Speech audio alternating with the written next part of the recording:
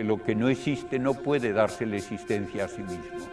La existencia del universo no puede explicarse sino como creación. Y si el universo no es eterno, entonces ¿cómo comenzó? Pero si yo quiero explicar algo completamente, no me basta con lo que me dice un físico o un químico.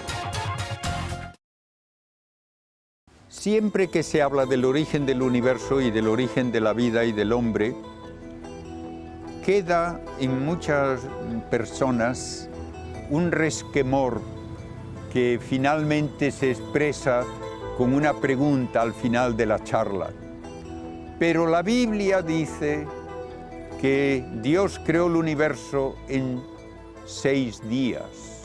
Entonces, ¿cómo se puede hablar, siendo católico y siendo creyente, cómo se puede hablar de millones de años y de miles de millones de años y de todas esas cosas que dice la ciencia? Primeramente, lo más importante que hay que tener en cuenta es que la Biblia no nos enseña ciencia. Para eso tenemos que hacer nosotros el trabajo. Como decía ya San Agustín, la Biblia no nos dice cómo van los cielos, sino cómo se va al cielo, que es más importante para nosotros. Pues bien, ni le puedo pedir a la Biblia que me enseñe ciencia, ni le puedo pedir a la ciencia que me enseñe teología. Son dos maneras parciales de conocer, pero no abarcan todo. El segundo punto es que la Biblia se escribió para enseñar ideas de valor teológico a gente que no tenía ninguna base científica. Hablarles de microbios hace 5.000 años a los nómadas de allá de Palestina sería como hablar en chino a un español. Hablarles de todo esto de las fuerzas de la materia, absurdo. De átomos, pero ¿qué es eso? De modo que no debemos buscar en la Biblia lo que no hay y que no sería comprensible para aquellos a quienes se dirigía la Biblia. Entonces, ¿qué se nos dice en el Génesis? Se nos dice de una manera muy hermosa lo que era importante para la gente de aquel entorno y de aquel tiempo, que todo cuanto hay de bueno y de orden en el universo viene de Dios y que todo está dirigido al bien del hombre, porque el universo está hecho para nosotros, para que nosotros podamos conocer a Dios y finalmente participar también de su vida y de su felicidad. Y lo dice con una parábola muy bonita. La parábola, que no se dice en ningún sitio que sea parábola, pero que se ve en el desarrollo, es cómo un padre prepara una casa para sus hijos. Y la Biblia nos dice cómo Dios prepara el universo para que sea la casa del ser humano, que va a ser imagen viviente de Dios. Y siendo imagen viviente, merece el nombre de hijo. Y así, en esos 6 días de la creación, hay 3 días primero en que se prepara el terreno, el entorno para la casa, y otros 3 días en que se amuebla. El primer día hay puramente un caos, y para un israelita el caos por excelencia era un mar alborotado. De modo que lo primero, hay un mar tenebroso, oscuro y todo alborotado. Entonces, el primer paso del creador inteligente es decir que haya luz, que vamos a hacer algo interesante. Entonces Dios hace la luz.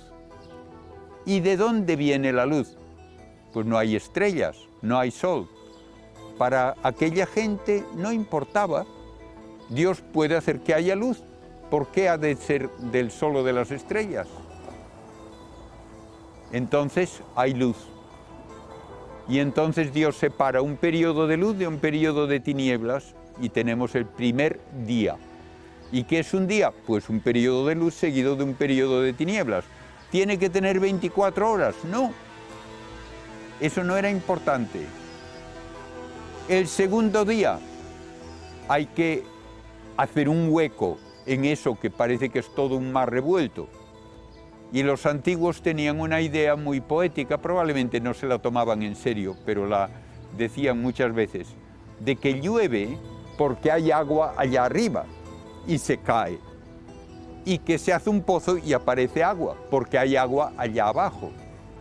Entonces, parece que el mundo es como una especie de cueva dentro de un entorno de agua.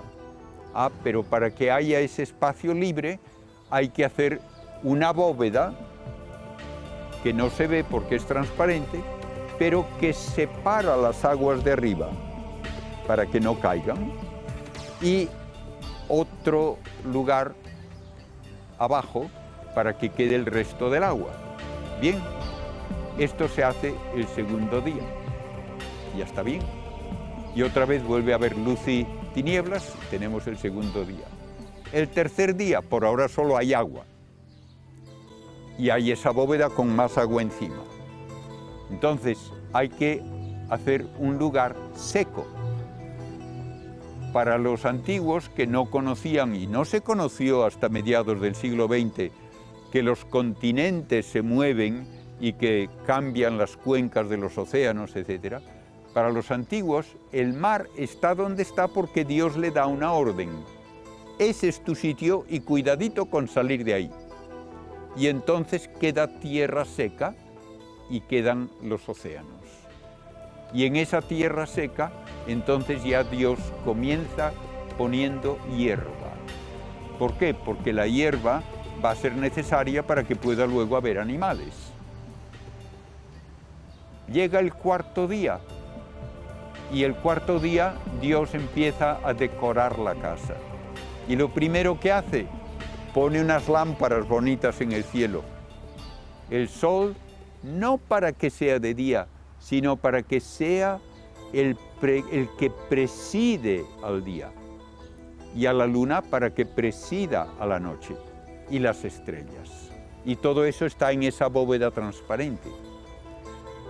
Recuerdo que un profesor mío de teología decía que para esa mentalidad primitiva, la luna era más útil que el sol, porque la luna sale de noche cuando hace falta y el sol en cambio sale cuando ya es de día. Bien, eso nos indica un poco el nivel de explicación a que estamos refiriéndonos. ¿Y las estrellas y el sol y la luna, qué importancia tienen?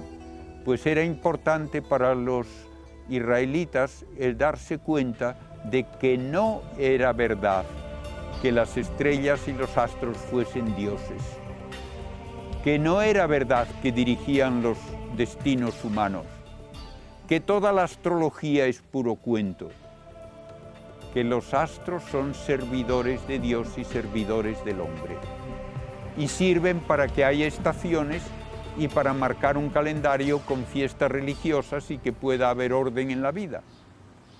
Y al Señor le llaman el Dios de los ejércitos, no porque sean ejércitos que van dando sablazos, sino porque es el ejército del cielo.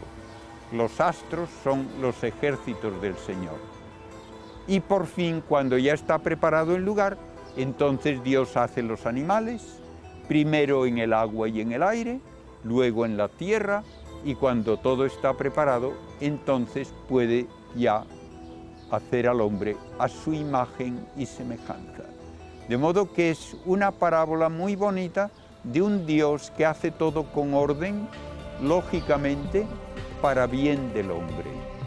Y esto es en contraposición a todo lo que decían los paganos, que decían que la tierra era lo más primitivo, y de la tierra nacían los dioses.